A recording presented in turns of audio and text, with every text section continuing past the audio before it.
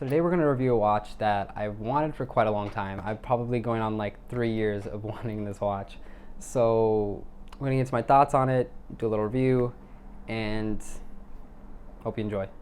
All right, so let's get into this watch and talk about some dimensions and specifications. So if I take my calipers here, you see with the bezel we have a diameter of about 42 millimeters. So without the bezel we're looking at a diameter of about 41 millimeters. We have a lug-to-lug length of about 50 millimeters and an overall lug width of about 22 millimeters. So honestly, overall, we have pretty wearable dimensions on this watch. It is a larger watch at 42 millimeters and the largest part of the diameter. I think what many people forget is that the bezel does poke out slightly on either side, so it is actually a 41 millimeter watch. The 50 millimeter lug-to-lug length is a little large, and I wish they would have cut down on that a little bit, but as we'll see later, I don't think it wears bad. Now, some specifications of the watch. Obviously, we have the Tudor Pelagos with its titanium case. We have a stainless steel clasp, stainless steel case back. We have ceramic bezel, matte blue dial, matte blue ceramic bezel. We have the Tudor in-house caliber MT5612 movement in here, which beats at 28,800 vibrations per hour. It has 26 joules, a 70-hour power reserve, which is pretty great, and it is COSC certified. And it also has a non-magnetic silicone balance spring inside of it, so it's a little bit of an upgrade over the previous ETA movement that was used in the Pelagos models that came out in 2012 up to 2015 when this new model was introduced. So yeah, that's the most general things for the watch, but now let's get into the dial. So as we can see here, we have this just beautiful blue dial. It's a very deep, dark blue, and it does get a little bit lighter once you put it in direct sunlight. I don't know if I can can't really simulate it here, but I'll try to throw in some shots later. But the dial does not change color that much. It doesn't reflect, it doesn't have a sunburst texture. It is a matte dial. And I think that's nice because it's kind of like you get what you pay for. It's a blue dial, it's always this blue dial, and it's always going to look this way. I think the legibility between the blue and the stark white is really awesome. I love how color matched the bezel is to the dial. And I just think they did really a good job on the colors with this one. And I'm glad they just stuck with an all-white printing for every numeral and every other element of this watch, including the Tudor logo. Looking a little closer at the dial, we can see that there is a lot of dimensionality to the dial. We see there is a raise and step chapter ring in there into which the markers are actually recessed. We see we have these, typical Tudor snowflake hands, which it's either you love them or hate them, and I'm on the love them camp. So a nice cutout date window. We got what many people refer to as the tree text down here, which, there's a lot of text. It's kind of tree-like, but honestly, I don't think it bothers me. It's, part of the design. Sometimes I feel like the two-liner Pelagos actually looks a little unbalanced, or at least there's a lot of space on the dial. But, it's really a matter of preference. And these beautiful loomed filled ceramic insert right here. Very well done, very clean, not flashy in any way, but very just nice overall. You can tell it is a quality watch. So let's go on to a little more macro level with it. So here we are on a macro level with the Tudor. And as you can see, the dial, even though it's getting completely blown out by the light here, you can really tell that it's not a plain dial. It actually has this nice granular texture to it, which I literally never noticed about the watch. I've never seen it really in any videos or reviews or pictures online. I think it's a kind of hard quality to capture sometimes, and one of those things where it's a small detail that just comes together nicely inside the watch. And as you can kind of tell, as I was saying earlier, the blue does change slightly into a lighter blue at times, and you can kind of see it at this light level here. You can see I don't know what you would call that, like the stack of the hands. is done in this really nice blue texture so that it doesn't stand out. It's no silver just popping off the dial. I think they're finished really well, very defined lines on each of those hands there. The shape of the hands are done perfectly. They're also coated in this white type of, I don't know what it would be, but just this white surround to the hands just to make everything very, very uniform. As you can see, the lume is applied very well, very evenly. There's no bubbles, there's no random misprints. Interestingly enough, we do see here an imperfection. There's a little white speck there. It could be some lume that's fallen out. It can be something that came off of one of the surrounds.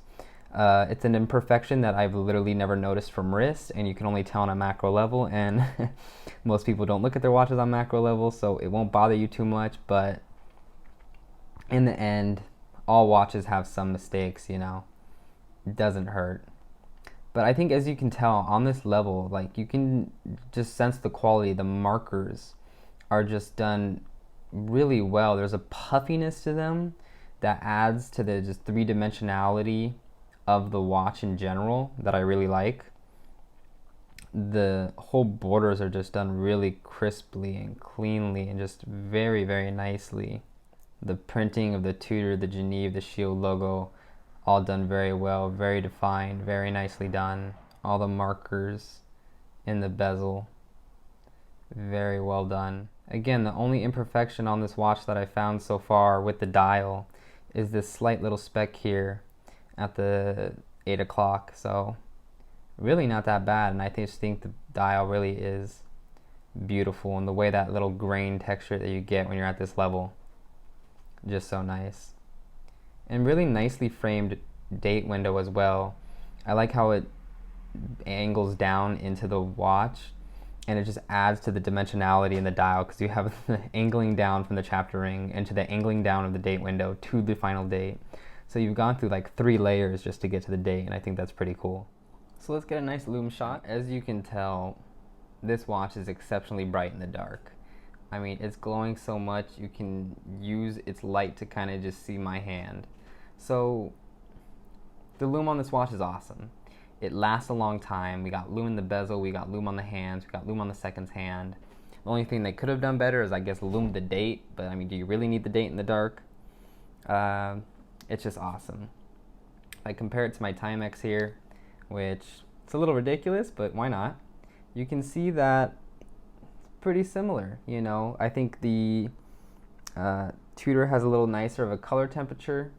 It is almost just as bright, even though it has a smaller surface area, and just very, very well done on the lume. And another thing I'd like to mention is just that it's very even throughout. Some companies, they do the lume and there's just like super bright hands and super dim indices, but here it's very much even throughout in all of it. Even weirdly on the bezel pretty much matches the dial.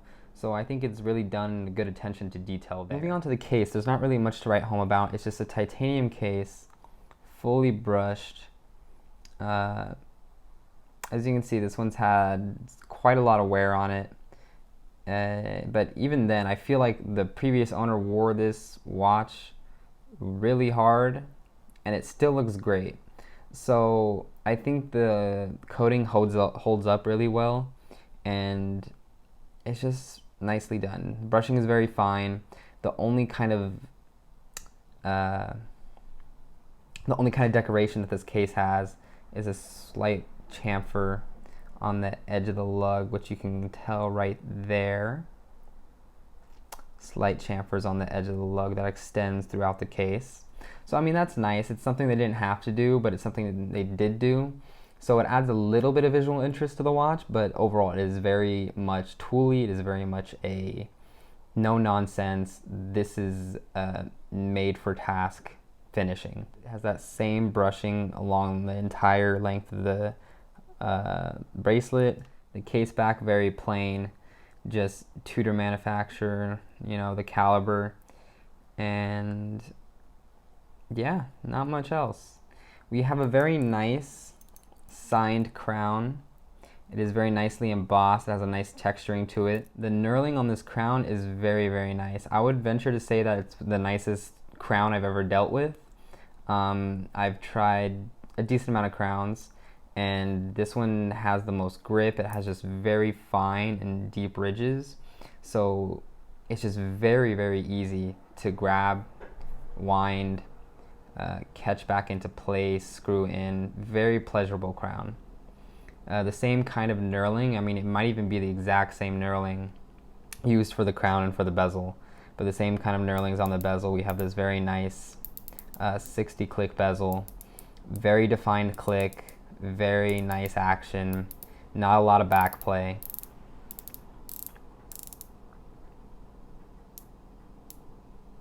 But yeah, that's that. Moving on a little bit to this clasp.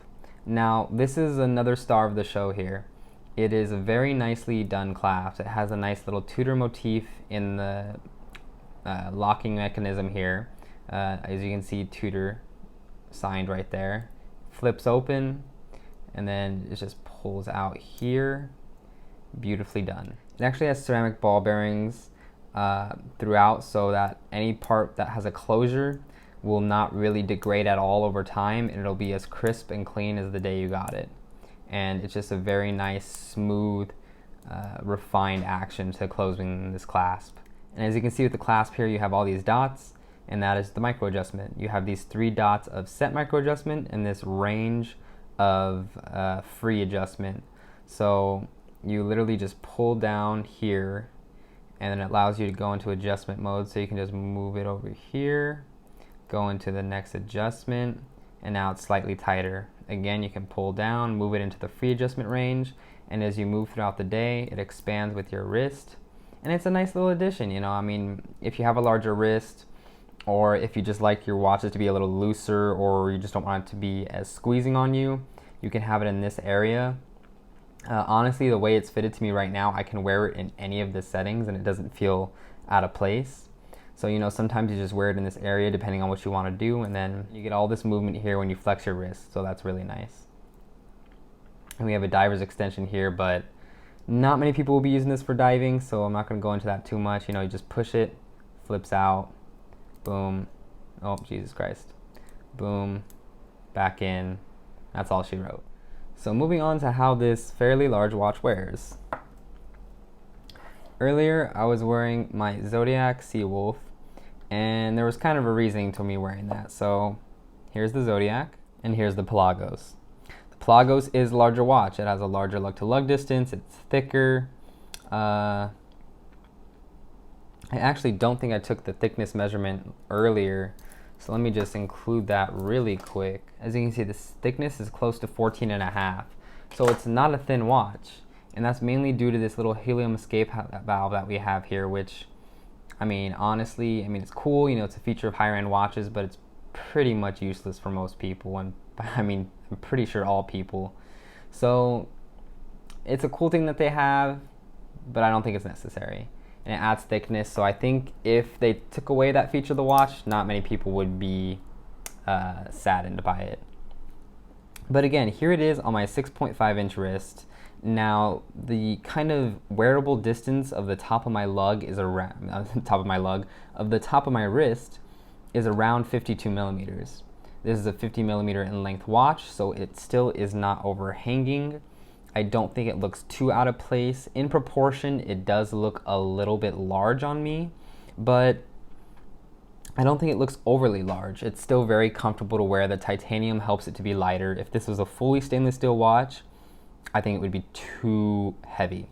So even then, very nice. The way the links are, the thinness of them, the amount of space you have in the channeling here to allow aeration of the wrist, to allow not a lot of buildup of heat or sweat.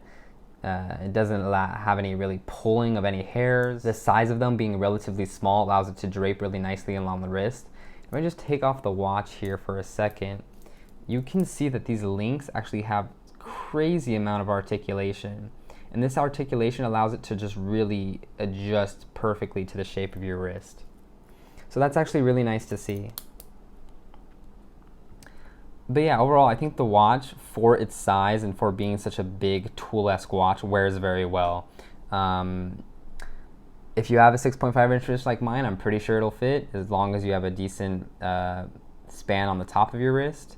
And if you have larger than a 6.5 inch wrist, I think it'll fit you perfectly.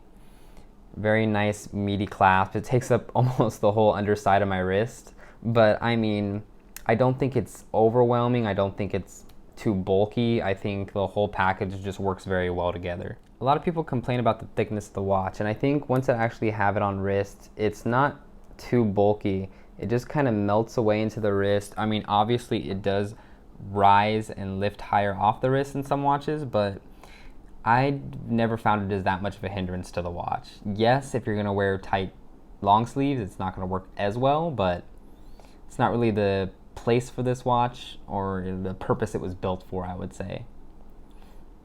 I think in terms of it being a tool watch, serving a tool aesthetic, kind of being built in mind for being a dive watch that can be bashed around, have a titanium coating that for me seems to hold up pretty well. It does that job perfectly. It's very legible. The size of the dial helps with that legibility, and it's just, I think it's a really cool package. Really quickly, even though some may call it kind of heretical, I wanted to show the Tudor on different straps because, at least for me personally, I love to change up the look of a watch. And maybe you don't always want to wear it on the bracelet, even though it is very well built.